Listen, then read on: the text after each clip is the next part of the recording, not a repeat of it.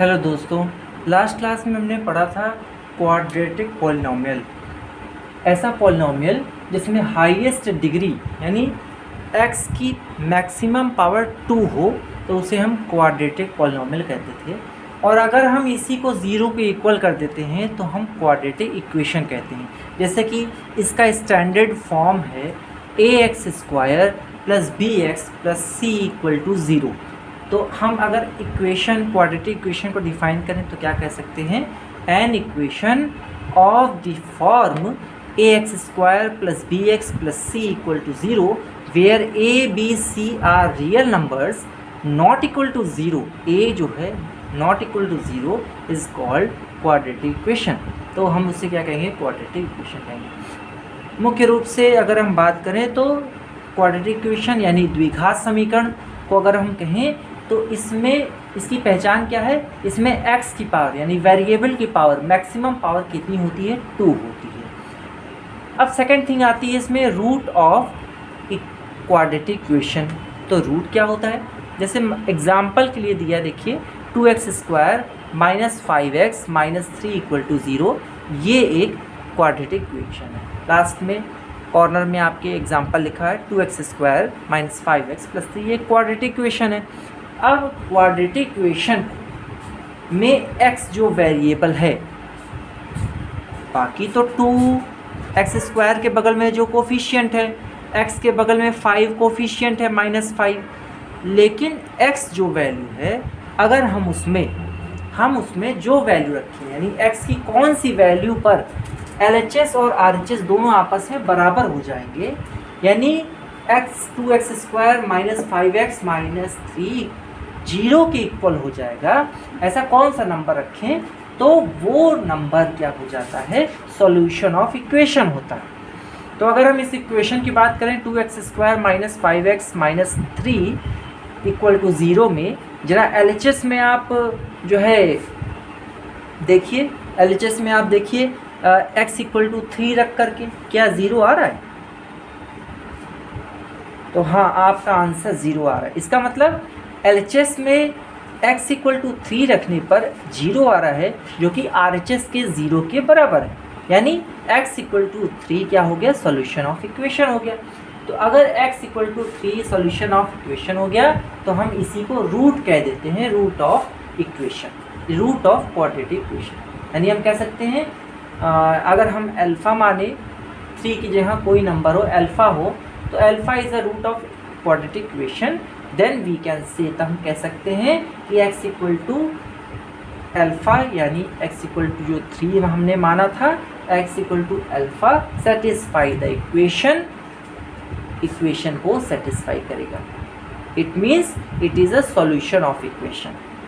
और एक और कन्फ्यूज़न होती है बच्चों में, कई बार पूछते हैं ज़ीरोज़ ऑफ क्वाड्रेटिक इक्वेशन, तो ज़ीरोज़ और कुछ नहीं है, रूट को ही ज़ीरोज़ कहते हैं, यानी इसका मतलब हम कह सकते हैं the roots of quadratic equations are called zeros. अब क्वाड्रेटिक इक्वेशन आपके सामने लिखा हुआ है x² + 9x + 18 = 0, पहला क्वाड्रेटिक इक्वेशन है। अब देखिए x² के बगल में कोई कोफिशिएंट नहीं है, इसका मतलब क्या है, 1। ठीक, अगर ये कंडीशन हो कि x² के बगल में कोई नंबर न लिखा हो तो उसको सॉल्व करने का, उस क्वाड्रेटिक इक्वेशन को सॉल्व करने का क्या तरीका है, सबसे पहला काम जो मिडिल टर्म है x² + 9x + 18 में मिडिल टर्म कौन सा है, 9x मिडिल है, बीच का टर्म है, तो 9 को आप x के बगल वाला जो न्यूमेरिकल वैल्यू है, कोफिशिएंट है 9, उसको 2 पार्ट में स्प्लिट करिए। स्प्लिट मतलब उस 2 पार्ट में उसको बांटिए। कैसे बांटिए कि किसी 2 नंबर का सम 9 आए और उन्हीं 2 नंबर का मल्टीप्लिकेशन जो लास्ट में कांस्टेंट है 18 वो आना चाहिए।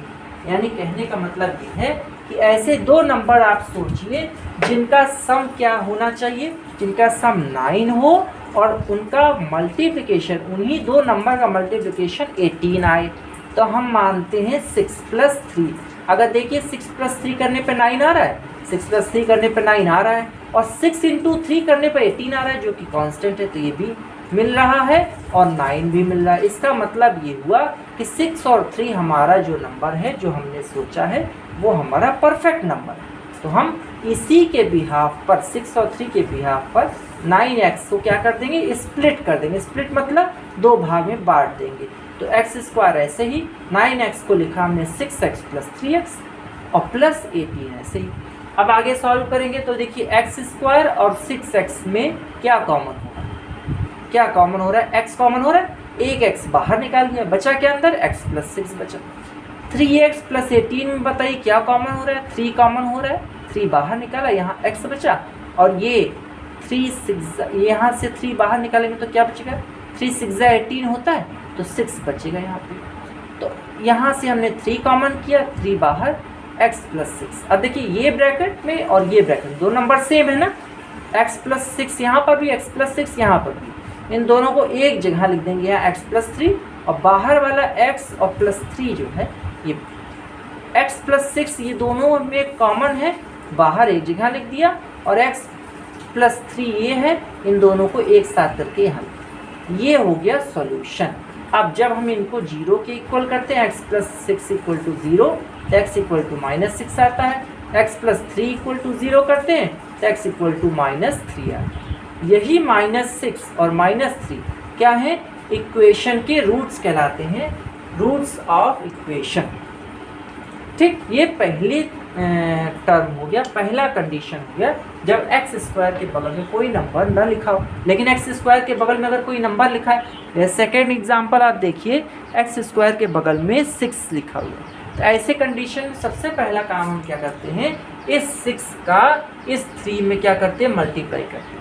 इस 6 का इस 3 में मल्टीप्लाई करते हैं, माइनस है साइन इसका तो माइनस 3 लिखेंगे।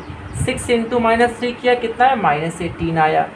अब हमें माइनस 18 को 2 पार्ट में स्प्लिट करना है, यानी हमें क्या करना है, अब हमें क्या करना है, 7, ये बी मिडिल टर्म जो है इसको स्प्लिट करते हैं हमेशा। 7 को स्प्लिट करना है ऐसे 2 पार्ट में कि 2 नंबर ऐसे आप सोचिए जिनका सम या सब्ट्रैक्शन 7 आए और प्रोडक्ट कितना आए, माइनस 18 आए, जो कि यहाँ से निकाला था। अब ऐसा नंबर सोचिए जरा, कौन से नंबर होंगे जिनका सम करने पे, जिसको सम या सब्ट्रैक्ट करने पर 7 आए और मल्टीप्लाई करने पर माइनस 18 आए। तो 9 और माइनस 2, 9 में जब माइनस 2 ऐड करेंगे तो 7 आएगा, और 9 में माइनस 2 जब हम मल्टीप्लाई करेंगे तो माइनस 18 आएगा। इसका मतलब हमें नंबर मिल गया 9 और माइनस 2। तो 7x को 2 पार्ट में स्प्लिट कर देंगे, बांट देंगे, तो 6x स्क्वायर ऐसे ही, और 7x को लिखा 9x माइनस 2x। तो 9x में से 2x माइनस करिए, क्या 7x आता है, हाँ आता है, बिल्कुल आता है। तो ठीक है, तो 6x square plus 9x minus 2x minus 3। अब हम यहाँ देखिए दोनों टर्म में से क्या कॉमन हो रहा है, 3x कॉमन हो रहा है, 3x बाहर लिखा, बचा क्या, 2x अंदर बचा, एक x यहाँ आ गया तो, और ये 3 भी आ गया तो 2x यहाँ बचा और यहाँ 3 बचा। इसी तरह से यहाँ पे भी माइनस है, यहाँ पे भी माइनस है, 1 कॉमन ले लिया हमने, माइनस 1 कॉमन किया तो बचा क्या ब्रैकेट में, 2x प्लस 3 बचा। देखिए इस ब्रैकेट में भी 2x प्लस 3 है, इस ब्रैकेट में भी 2x प्लस 3 है, इन दोनों को उठाकर एक जगह लिख दिया यहाँ पर, और बाहर वाले जो नंबर थे 3x माइनस 1, इसको एक ब्रैकेट में दिया। ये क्वाड्रेटिक इक्वेशन को सॉल्व करने का तरीका, ये क्या है, फैक्टराइजेशन मेथड है, जिससे हम इस क्वाड्रेटिक इक्वेशन को 2 फैक्टर्स में बांट देते हैं। अब आगे यही प्रोसेस है, जैसे इधर आपने रूट निकाला था, ऐसे ही 2x प्लस 3 को इक्वल 0 के करके रूट निकाल सकते हैं, रूट निकाल सकते हैं, इसका मतलब जीरोज निकाल सकते हैं। तो ये क्वाड्रेटिक इक्वेशन का एक जनरल कॉन्सेप्ट था, जो कि आपको समझ में आ गया होगा क्वाड्रेटिक इक्वेशन को कैसे सॉल्व करते हैं। 2 ही टाइप के क्वाड्रेटिक इक्वेशन मिलेंगे और दोनों को सॉल्व करने का क्या तरीका है।